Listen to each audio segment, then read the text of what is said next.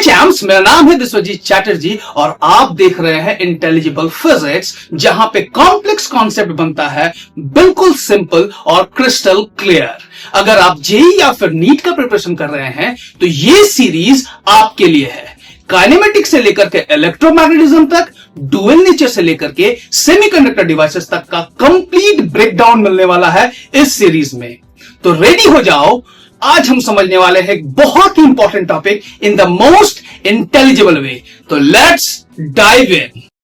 आज के सीरीज में हम लोग बात करेंगे प्रीवियस ईयर क्वेश्चंस का, जो कि जेई मेन में और नीट में आए हुए हैं। ठीक ना, जैसे कि आपको पहला क्वेश्चन दिख रहा है कि पहला क्वेश्चन हमारा 31 जनवरी 2024 सिर्फ 2 का क्वेश्चन है।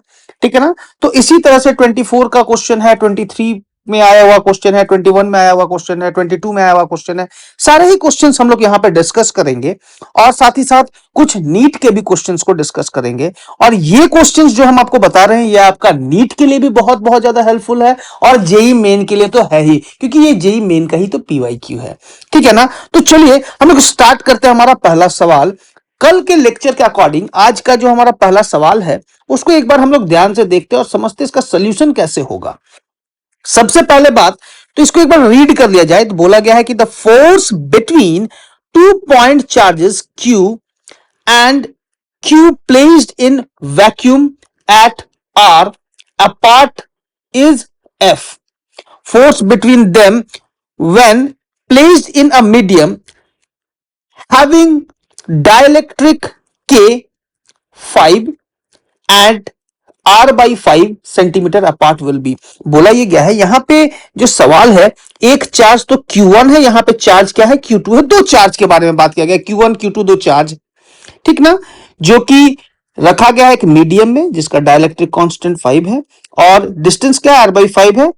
उसका बोला गया है कि क्या होगा हमारा फोर्स का वैल्यू।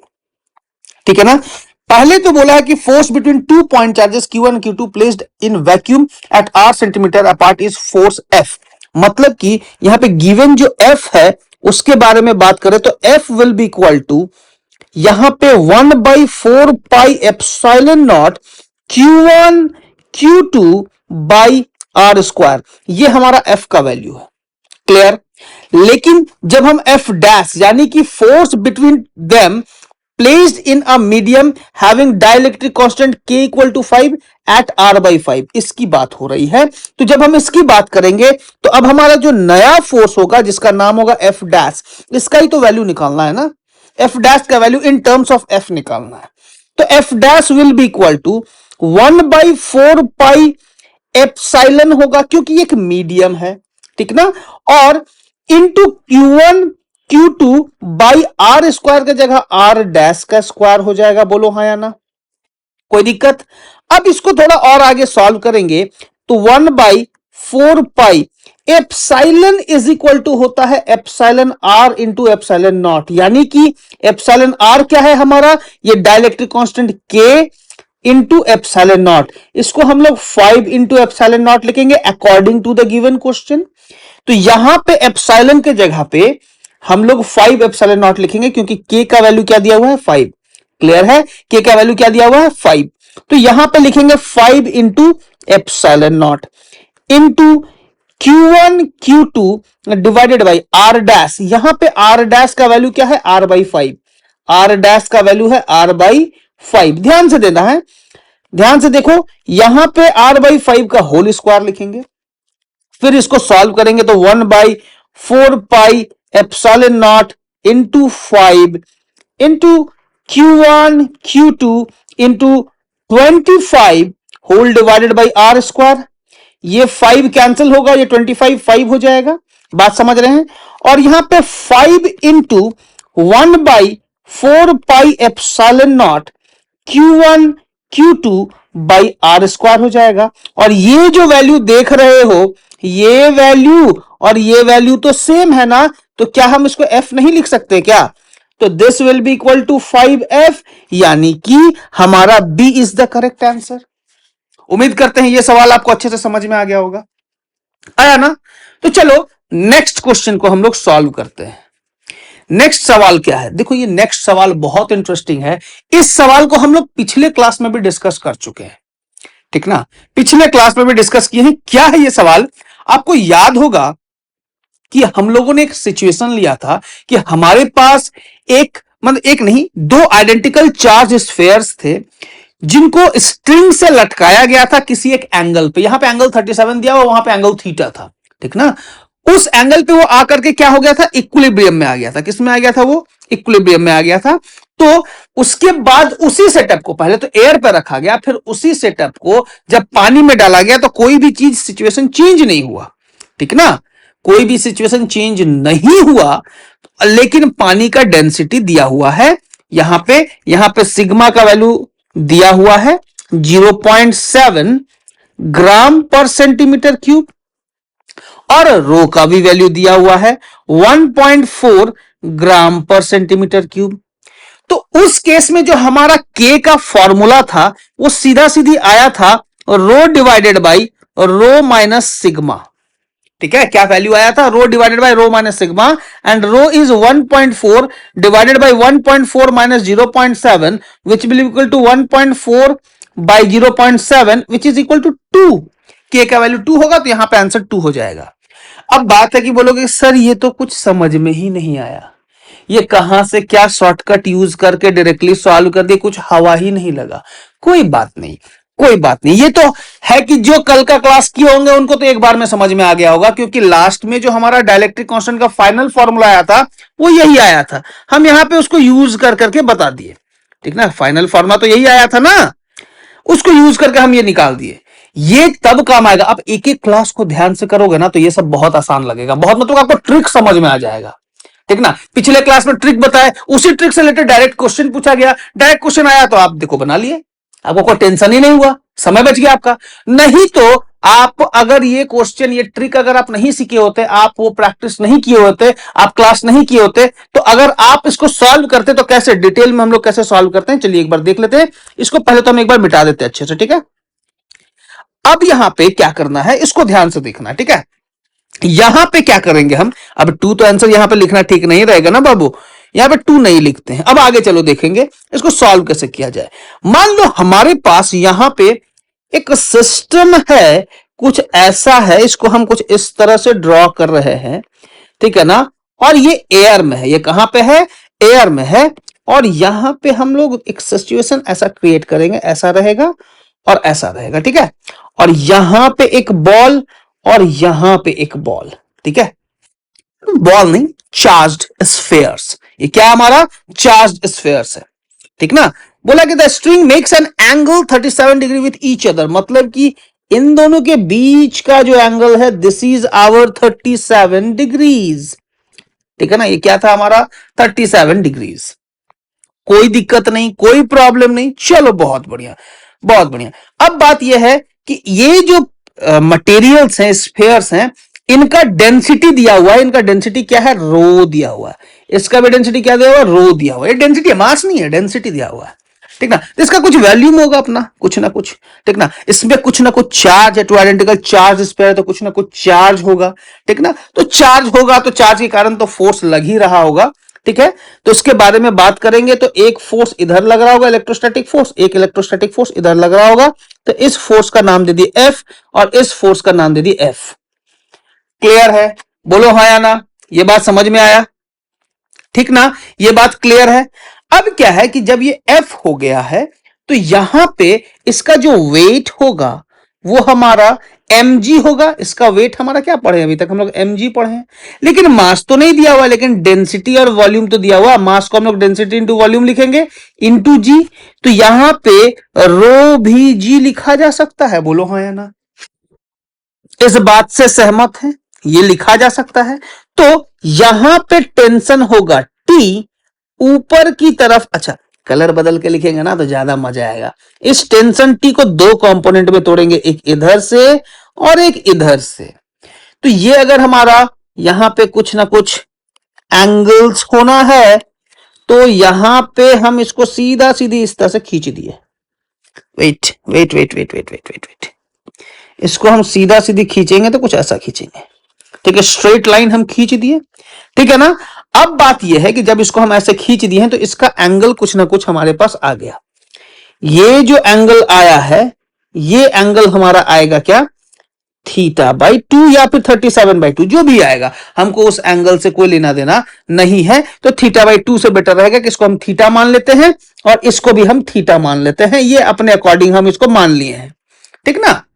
तो अब बात यह है कि अगर ये थीटा है तो ये पार्ट भी थीटा होगा और ये हमारा t cos थीटा हो जाएगा और ये हमारा t sin थीटा हो जाएगा।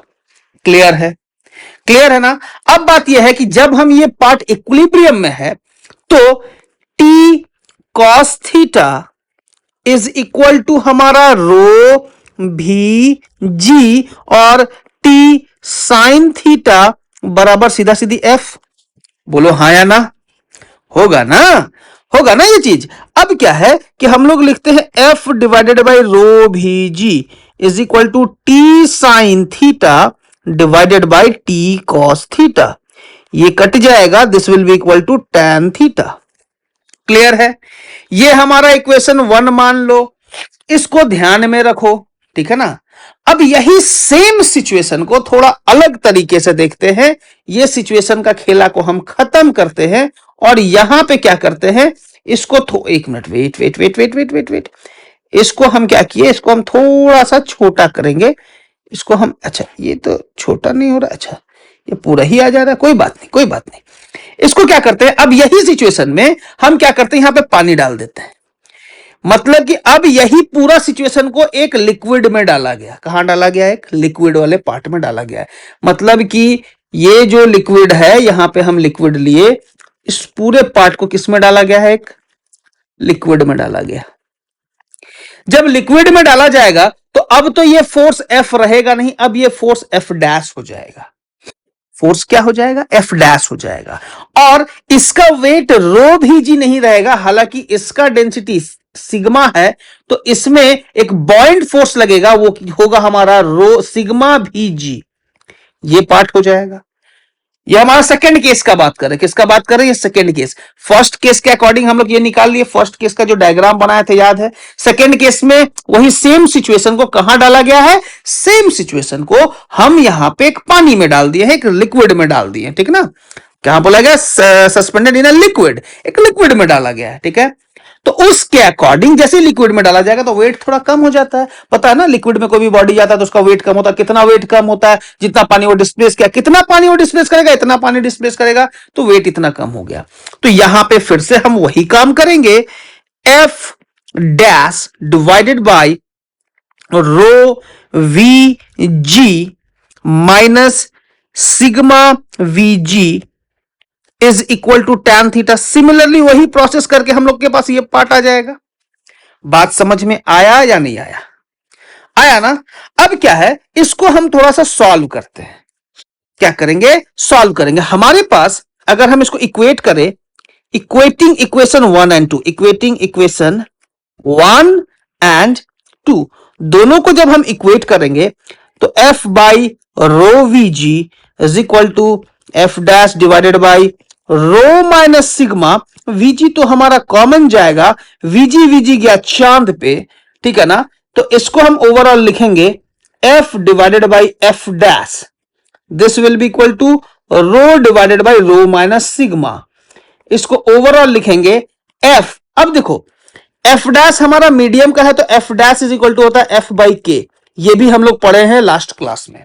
मतलब कि किसी भी मीडियम में जो फोर्स होता है, किसी भी मीडियम में जो इलेक्ट्रोस्टैटिक फोर्स होगा वो के टाइम्स डिक्रीज करता है, तो के टाइम्स उसको डिवाइड करेंगे, ये हमको पता है। तो वैक्यूम में एफ था तो यहां पे के टाइम्स डिवाइड करेंगे, तो इसका डाइलेक्ट्रिक कांस्टेंट को क्या ले लिए, के ले लिए। तो F divided by F by K करेंगे तो this will be equal to rho divided by rho minus sigma. F F cancel, तो K is equal to rho divided by rho minus sigma. इसको सॉल्व करेंगे तो answer 2 आएगा, क्योंकि rho divided by rho minus sigma का value हम लोग पहले ही सॉल्व कर चुके हैं। तो इतना डिटेल करके आपको सॉल्व करना पड़ेगा। लेकिन अगर आप लास्ट क्लास देखे होते, लिक्विड में डालने के बाद हमारा डाइलेक्ट्रिक कांस्टेंट निकालने का जो तरीका था वो एक बार में सीख जाते तो सीधा सीधी हमारे पास फॉर्मूला था के इज इक्वल टू रो, जो कि डेंसिटी ऑफ द स्फीयर है, divided by rho minus sigma यहां पे sigma density of the liquid है। सीधा सीधी आपका निकल गया के का वैल्यू, कोई भी दिक्कत नहीं। हम डिटेल में बात किए, एक एक चीज को सॉल्व किए, आपको समझ में आया, ठीक है ना, आया ना, तो उसी के अकॉर्डिंग हम यहां पे क्लियर कर दिए। अब थोड़ा सा और आगे बढ़ते हैं अगले सवाल की तरफ। नेक्स्ट क्वेश्चन हमारे पास यहां पे है। अब ये नेक्स्ट क्वेश्चन क्या है? नेक्स्ट क्वेश्चन बहुत आसान है। बोला है कि in hydrogen like system the ratio of Coulombian force and gravitational force between an electron and a proton is of the order, ठीक ना। बोला है कि कोलंबियन फोर्स मतलब कि इलेक्ट्रोस्टैटिक फोर्स और ग्रेविटेशनल फोर्स का रेशियो निकालना है। तो एक हाइड्रोजन एटम में आखिर होता क्या है बाबू? एक हाइड्रोजन एटम में एक क्या होता है? एक हाइड्रोजन एटम में एक प्रोटॉन और एक इलेक्ट्रॉन होता है। ये प्रोटॉन है, ये क्या है? इलेक्ट्रॉन है, ठीक ना। तो यहां पे इलेक्ट्रॉन का भी चार्ज पता है और प्रोटॉन का भी चार्ज पता है। तो यहां पे के ई इंटू ई स्क्वायर होगा डिवाइडेड बाई आर स्क्वायर लिखते हैं, क्योंकि इन दोनों के बीच का डिस्टेंस होगा। बोलो हाँ या ना? इन दोनों के बीच का डिस्टेंस होगा हमारा ई। क्लियर ना? अब यहां से थोड़ा और आगे बढ़ेंगे तो यहां पे ग्रेविटेशनल फोर्स के बारे में बात करते हैं। यहां पे हो जाएगा जी, और यहां पे मास ऑफ इलेक्ट्रॉन क्या होगा? मास ऑफ इलेक्ट्रॉन की बात करेंगे और मास ऑफ प्रोटॉन का बात करेंगे, डिवाइडेड बाई आर स्क्वायर, तो एज इट इज होगा ही। अब यहां पे हम लोग को निकालना कोलंबियन फोर्स यानी कि एफ ई। कोलंबियन फोर्स क्या है? एफ ई, और ग्रेविटेशनल फोर्स क्या है? एफ जी, ठीक है।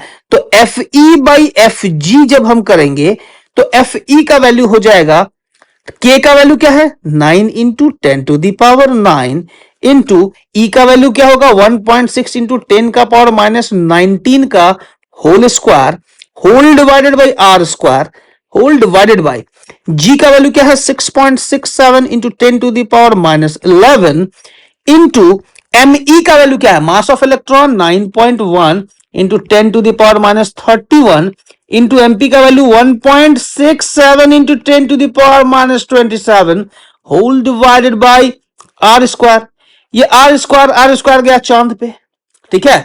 अब इसको जब हम सॉल्व करेंगे तो हमारे पास, चलो 9 इंटू 1.6 का होल स्क्वायर इंटू 10 का पावर 9 है या 10 का पावर माइनस 38, कैसे 38 होगा? इसका स्क्वायर करेंगे तो 38, 9 घटाएंगे तो 10 का पावर माइनस 29 आएगा, होल डिवाइडेड बाई यहां पे 6.67 into 9.1 into 1.67 into 10 to the power minus 31 minus 27 और माइनस 11। इन सबको एक साथ लिखेंगे तो यहां पे जो वैल्यू आएगा वो 2.3 into 10 to the power minus 39 आएगा। इसको जब सॉल्व करेंगे तो किस ऑर्डर का है? 10 to the power 10 to the power 39 आएगा, प्लस 39। क्यों? क्योंकि ये सारा पावर तो ऊपर चला जाएगा ना, सारा पावर कहां चला जाएगा? ऊपर चला जाएगा। तो 10 टू दी पावर 39 के टर्म्स में हमारा आंसर आ जाएगा। क्लियर है? किसके टर्म्स में आएगा? 39। क्योंकि देखो यहां पे 27 ऊपर जाएगा तो 10 का पावर 2 बचेगा, और यहां से जाएगा पावर 2 तो आपका यहां पे ओवरऑल क्या आ जाएगा? 39 आ जाएगा। वैल्यू क्या आएगा हमारा? 39। ये आपको ध्यान में रखना है। क्लियर ना?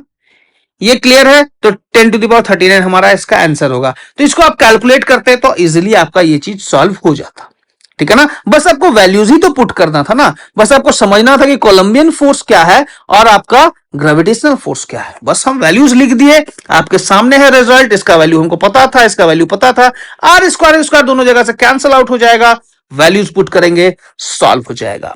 अगला सवाल, ये भी सवाल किसका था? 2024 का सवाल है बाबू, 5 अप्रैल, देख रहे हो ना। आगे बढ़ते हैं, चलो 2023 का सवाल देखते हैं। ये सवाल क्या कहता है? बोला कि दो चार्ज है Q1 है Q2 है separated by distance d and placed in a medium of dielectric constant K, ठीक है। What will be the equivalent distance between charges in air for the same electrostatic force? बड़ा interesting सवाल है जी। पहले तो यहां पे बोला गया है कि दो चार्ज है Q1 Q2, बना लो यार, ये Q1 है, ये Q2 है, ये Q1 है, कंफ्यूज मत हो ना, Q2 है, दो चार्ज है, दोनों के बीच का जो डिस्टेंस है वो हमारा d है, ठीक है। प्लेस कहां किया गया है? एक मीडियम में, डाइलेक्ट्रिक कांस्टेंट क्या है? K। तो यहां पे एक मीडियम है, मान लो कि इस मीडियम को हम कुछ ऐसे ड्रॉ कर रहे हैं, ये मीडियम कुछ हमारा ऐसा हो जाएगा, ये एक मीडियम इसको ऐसे करके रखा हुआ है, ठीक है। ये एक मीडियम है जिसके अंदर इसको रखा गया है, जिसका डाइलेक्ट्रिक कांस्टेंट क्या है हमारे पास, डाइलेक्ट्रिक कांस्टेंट के दिया हुआ है। क्या दिया हुआ है? के है हमारा डाइलेक्ट्रिक कांस्टेंट।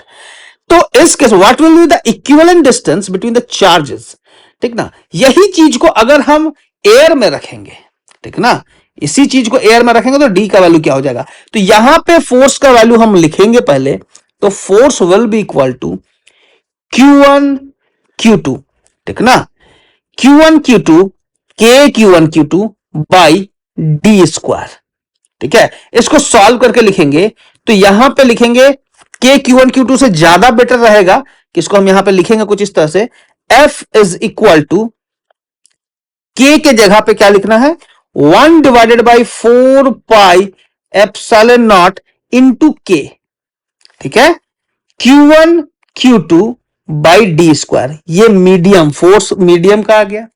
अब यही सेम फोर्स एयर में भी लगेगा, मतलब कि force in air is equal to force in medium, लेकिन यहां पे डिस्टेंस बदल जाएगा। तो फोर्स इन एयर की जब हम बात करेंगे तो यहां पे हो जाएगा 1/4 पाई एप्सिलॉन नॉट, ठीक है, Q1 Q2 by D dash का होल स्क्वायर। क्या हो जाएगा? डी डैश का होल स्क्वायर। तो यहां पे लिखेंगे 1/4 pi epsilon not Q1 Q2 divided by D prime का whole square which is equal to 1/4 pi epsilon naught के Q1 Q2 by D square. यहां से क्या होगा, ये पार्ट गया चांद पे, दिखे ना, और यहां से ये Q1 Q2 भी जाएगा चांद पे, तो भेजते हैं ना चांद पे, ये भी गया चांद पे। तो यहां पे बच क्या गया, हमको निकालना डी डैश का स्क्वायर, ठीक है। तो यहां पे डी डैश का स्क्वायर इज इक्वल टू हो जाएगा हमारे पास क्या, डी स्क्वायर के, ठीक है। तो देयरफॉर डी प्राइम या फिर D dash equal to D into root under K, यानी कि ए नंबर सवाल मतलब ए नंबर ऑप्शन हमारा बिल्कुल सही है। इससे हम लोग ये चीज निकाल लिए। सवाल पढ़ना है, डायग्राम बनाना है, दिमाग में इमेजिन करना, सॉल्व कर देना है। तो 2023 का सवाल भी हमारा सॉल्व हो चुका है। आगे बढ़ते हैं।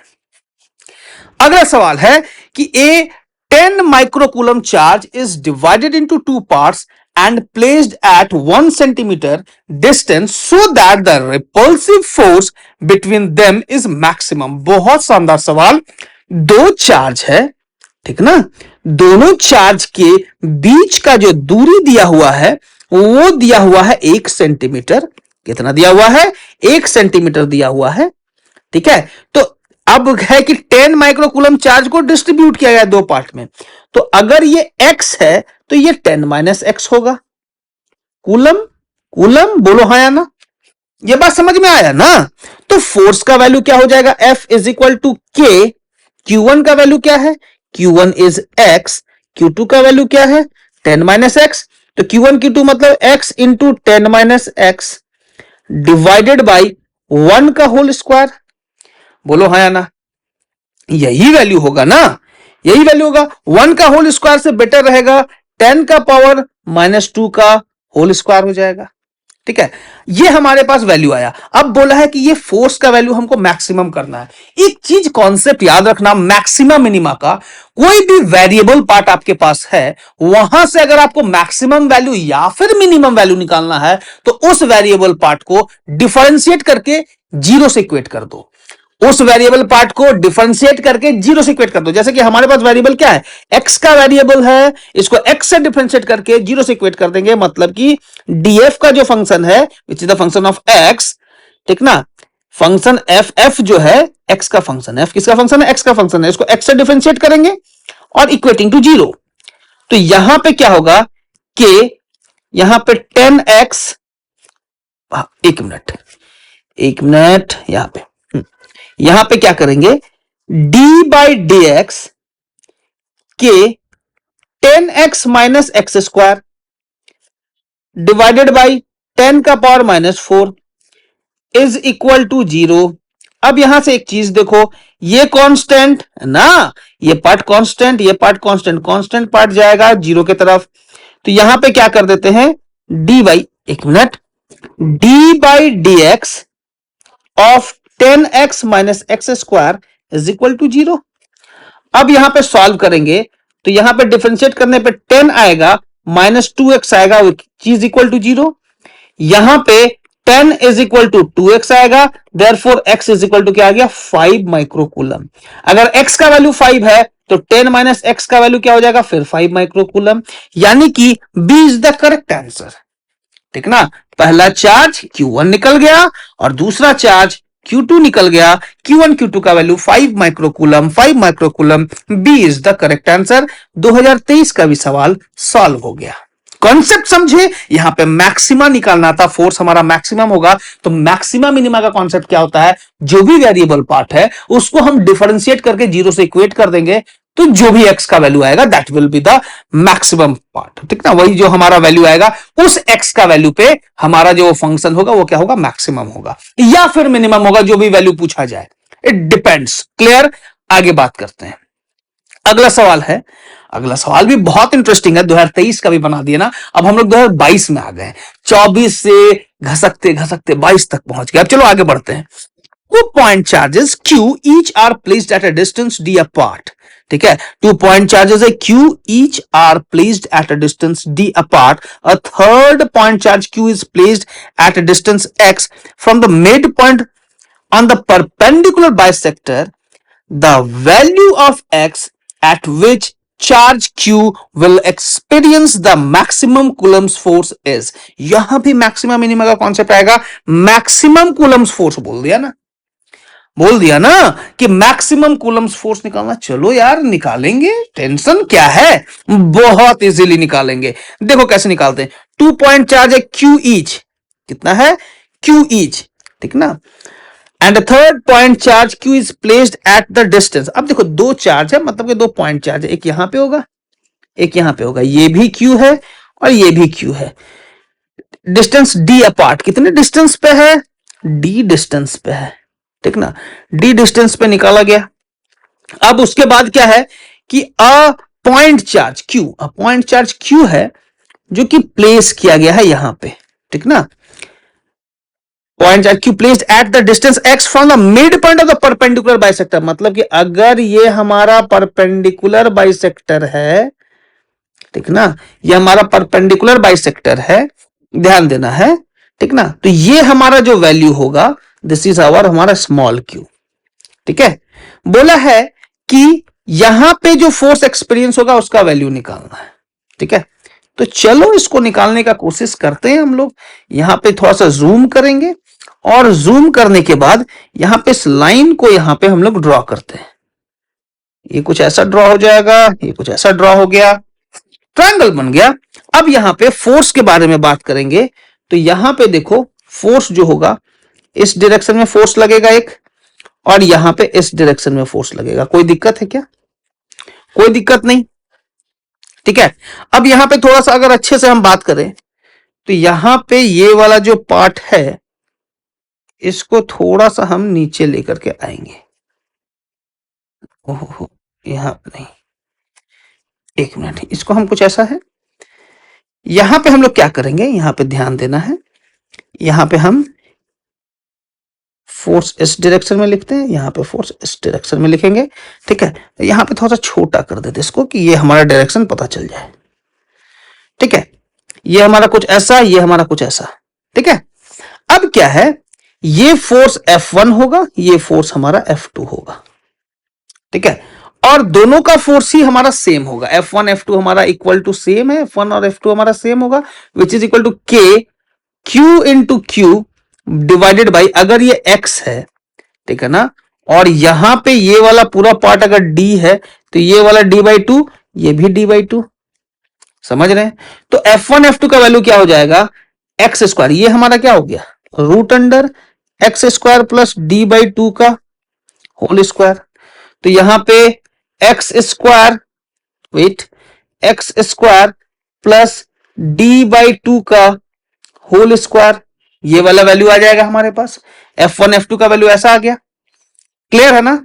अब अगर हमको नेट फोर्स निकालना तो नेट फोर्स तो इस डायरेक्शन में होगा, यहां पे भी थीटा, यहां पे भी थीटा, तो this will be our F2F cos theta. क्या हो जाएगा ये हमारा 2f cos थीटा। तो यहां पे देखो नेट फोर्स के बारे में बात करेंगे। किसके बारे में बात करेंगे? Net force. यहां पे नेट फोर्स का बात करना है। तो नेट फोर्स का जो वैल्यू होगा F net will be equal to 2f cos theta. ठीक है, तो 2f का वैल्यू क्या है? तो f इज इक्वल टू हमारा f1 f2 का वैल्यू निकल गया है k q इंटू क्यू, ठीक है, divided by X square plus D by two का होल स्क्वायर। ये वाला पार्ट आएगा, फोर्स का वैल्यू है, ठीक है, into cos theta. Cos theta है तो कहीं ना कहीं ये थीटा होगा, ये थीटा है, थीटा के सामने वाला परपेंडिकुलर होता है, ठीक ना, और ये वाला हाइपोटेन्यूज होता है। तो कॉस थीटा है तो बेस बाय हाइपोटेन्यूज लिखेंगे। लेकिन बेसिकली इसको जब हम सॉल्व कर रहे हैं तो यहां पे जो हम एंगल लेंगे, कॉस थीटा जो लिए हैं, ये एंगल यहां पे आया है, तो यहां पे जो एंगल होगा वो इस एंगल के बारे में बात हो रहा होगा। किसके बारे में बात हो रहा होगा? इस एंगल का बात हो रहा होगा। तो इसको हम लोग मिटा देते हैं, ठीक है, ये हम मिटा दिए। और यहां पे जो थीटा होगा तो यहां पे लिख सकते हैं एक्स डिवाइडेड बाई, ये थीटा है, थीटा के सामने वाला हमारा ये परपेंडिकुलर होगा, तो ये हमारा बेस होना है, ठीक है ना। तो ये थीटा के सामने वाला परपेंडिकुलर होता है, तो ये बेस हो जाएगा। ये पार्ट क्या हो जाएगा हमारा? बेस, बेस बाय हाइपोटेन्यूज, तो X divided by root under X square plus D by two का होल स्क्वायर। इसको सॉल्व करोगे तो 2k Q X into X divided by X square plus D by two का whole square का power 3/2। अब बात क्या है कि इसको हमको डिफरेंशिएट करना है।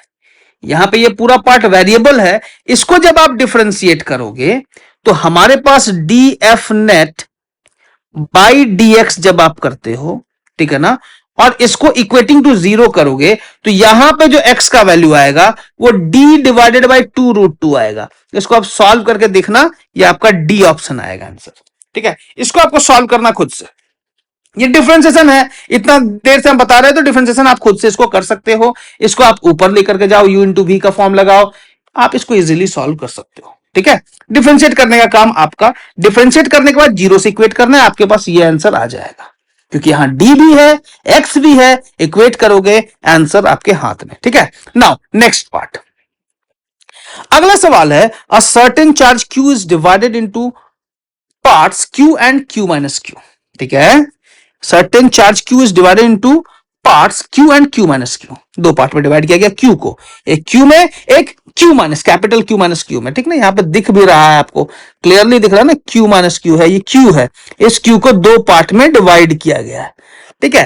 तो how should the charge q and q be divided so that q and q placed in a certain distance apart experience maximum electrostatic repulsion. मतलब सेम सवाल, कितना बार सेम सवाल रिपीट हो रहा है। 2021 का सवाल यहां लिखे नहीं है हम, 2021 का सवाल है।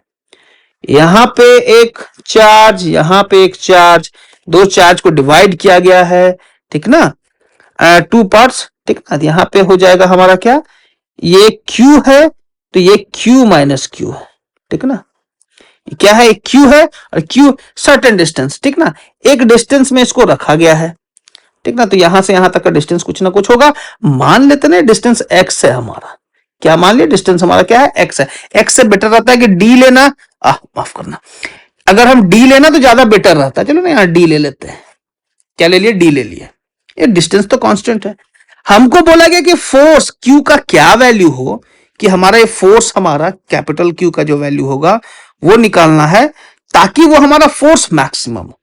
तो यहां पे फोर्स बराबर k q into Q minus Q divided by D square होगा।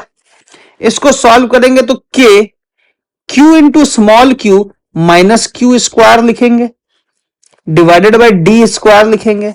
अब यहां पे मैक्सिमम इलेक्ट्रोस्टैटिक फोर्स निकालना, तो फिर से वही df बाई डी क्यू करेंगे, क्योंकि यहां वेरिएबल पार्ट तो q है, ठीक ना।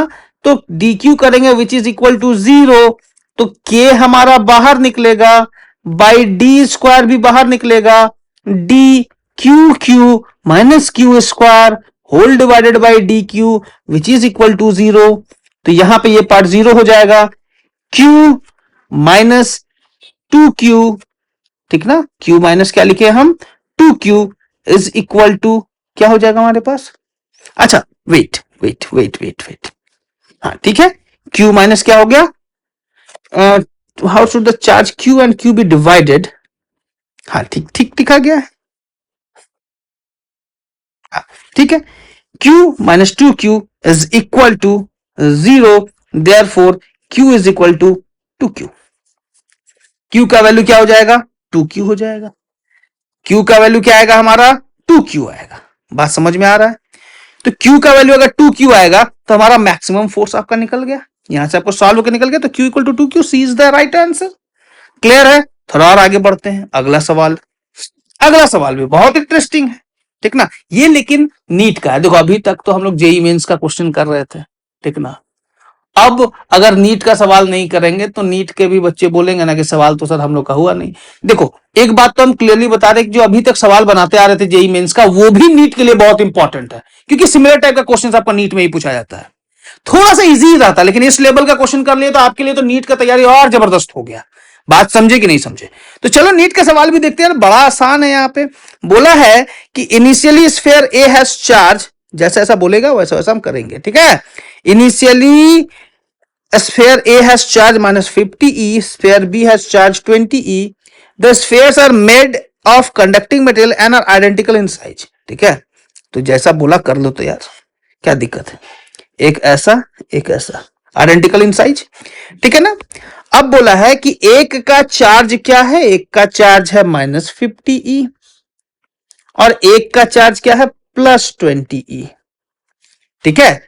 उसके बाद बोला है कि if the spheres touch each other, दोनों को अगर आपस में टच कराएंगे, ठीक ना, टच करा करके अगर साइड रखेंगे तो यहां पे चार्ज का डिस्ट्रीब्यूशन होगा, तो चार्ज का जो डिस्ट्रीब्यूशन होगा उसके बारे में अगर हम लोग फिर से बात करें तो यहां पे ये दोनों आपस में टच करेगा ऐसे करके, एक मिनट टच कराते हैं, ये टच करेगा ऐसे करके, टच करने के बाद यहां पे सेपरेट होगा अलग अलग, तो चार्ज का डिस्ट्रीब्यूशन होगा, तो चार्ज का डिस्ट्रीब्यूशन कैसे होगा वो एक बार देख लेते हैं। तो यहां पे जैसे ही टच किया तो total charge minus 50e plus 20e, ठीक ना, डिवाइडेड बाई, दो ऑब्जेक्ट टच किया तो डिवाइडेड बाई 2, यानी कि यहां पे माइनस 30e डिवाइडेड बाई 2 मतलब कि माइनस 15e, तो इसका भी चार्ज माइनस 15e आ गया, इसका भी चार्ज माइनस 15e आ गया, ठीक ना। तो बोला कि what is the resulting charge on sphere A, अगर ये ए था, ये बी था, ये ए था, ये बी था, ये ए था, ये बी था, तो ए का रिजल्टिंग चार्ज क्या आया माइनस 15, तो ए इज द राइट आंसर। कितना आसान है, देखो मेडिकल में कितना आसान क्वेश्चन आ गया, एक बार में बना दिए, कोई भी दिक्कत नहीं हुआ, क्लियर है ना। तो चलो थोड़ा और आगे बढ़ते हैं, चीजों को और आसानी से समझते हैं, और एक सवाल है, तो ये सवाल के साथ हमारा ये नीट 2017 का सवाल है, बहुत इंटरेस्टिंग है, बहुत ज्यादा मजेदार सवाल है। कैलकुलेशन आप खुद से भी कर सकते हो, ठीक ना, मल्टीप्लाई डिवीजन यार खुद से कर सकते हो, हम कॉन्सेप्ट तक बढ़िया से समझा देते हैं। देखो यहां पे क्या है, यहां पे बोला क्या है कि suppose the charge of a proton and an electron differ slightly, बहुत कम होता, one of them is E and other is E plus delta E, एक प्रोटॉन है एक इलेक्ट्रॉन है, ठीक ना, बोला है कि दोनों के चार्ज में बहुत स्लाइट डिफरेंस है, ऐसा स्लाइट डिफरेंस दे दिया है।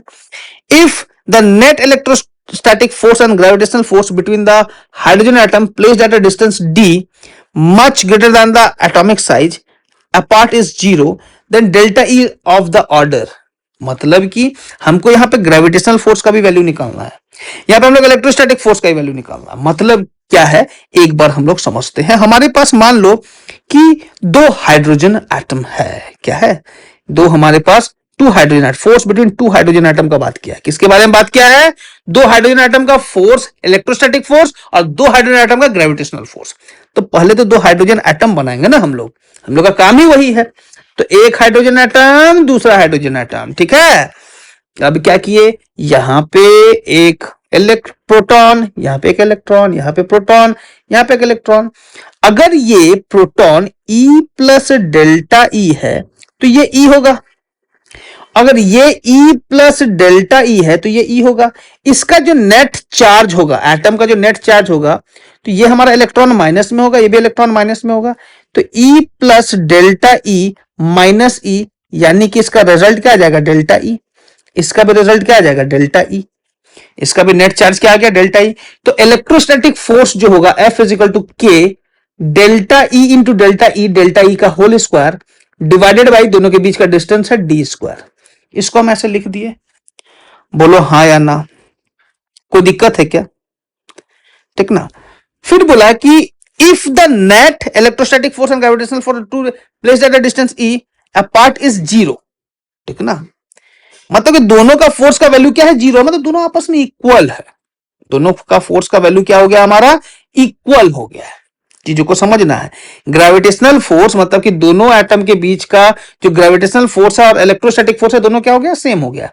तो अब हम अगर ग्रेविटेशनल फोर्स Fg का बात करेंगे तो G मास, इसका मास का बात करेंगे, ये मास ऑफ एक प्रोटॉन का ही बात होगा। इलेक्ट्रॉन का बात करेंगे, ये मास ऑफ प्रोटॉन, ये भी मास ऑफ प्रोटॉन ही आएगा का होल स्क्वायर हो जाएगा। मास ऑफ हाइड्रोजन एटम का बात करेंगे तो ये भी मास ऑफ हाइड्रोजन एटम लिखेंगे, तो mass of hydrogen atom is equal to mass of proton होता है, ये याद रखना। क्यों, क्योंकि हाइड्रोजन एटम में हमारा मैक्सिमम मास किसका होता है, प्रोटॉन का होता है। प्रोटॉन के कंपैरिजन में इलेक्ट्रॉन का मास नेग्लिजिबल होता है, तो उसका मास को हटा दिए और सीधा सीधी प्रोटॉन का मास लेकर के चलेंगे, डिवाइडेड बाई डी स्क्वायर होगा। तो F G is equal to F E लिखेंगे तो जी एम एच का होल स्क्वायर, ठीक है, क्या लिखे, एम एच का whole square divided by D square which is equal to K delta E का whole square divided by D square. ये डी स्क्वायर गया चांद पे, ठीक है, और यहां पे हम लोग लिखेंगे क्या, finally delta E square is equal to G M H का होल स्क्वायर बाई के, ठीक है ना। और यहां पे इस कैलकुलेशन को हम थोड़ा इधर करते हैं तो हमारे पास क्या होगा, delta E is equal to जो हमारा जी है, जी का वैल्यू कितना था हमारा 6.67 into 10 to the power minus 11 into 1.67 into 10 to the power minus 27 का whole square whole divided by 9 into 10 to the power 9 का जो पावर आएगा यहां पे, ठीक है ना, ओवरऑल जो पावर आएगा वो 1/2 आएगा। इसको जब सॉल्व करोगे आप तो आपके पास जो आंसर आएगा वो आंसर आएगा 10 to the power minus 37। Delta E का वैल्यू क्या आएगा, 10 टू द पावर माइनस 37।